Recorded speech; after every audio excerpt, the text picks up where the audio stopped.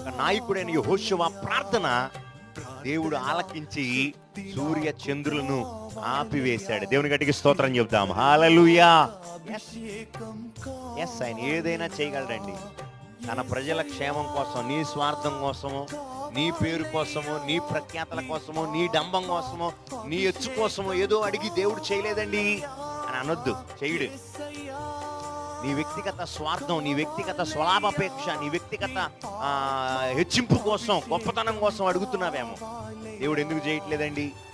నువ్వు నిజంగా ప్రజల క్షేమార్థమై అండి, నశించిపోతున్న ప్రజల క్షేమార్థమై మనం దేవుణ్ణి అడిగినప్పుడు, దేవుణ్ణి గోజాడినప్పుడు, దేవుని పాదాలు పట్టుకొని అంగలార్చినప్పుడు దేవుడు తప్పక మన ప్రార్థన ఆలకించి ఆయన మన ప్రార్థనకి జవాబు ఇవ్వటమే కాదు, మన నోటి ద్వారా పలికే ప్రతి మాట నెరవేర్చువాడు నా యేసయ్య. ఆమేన్.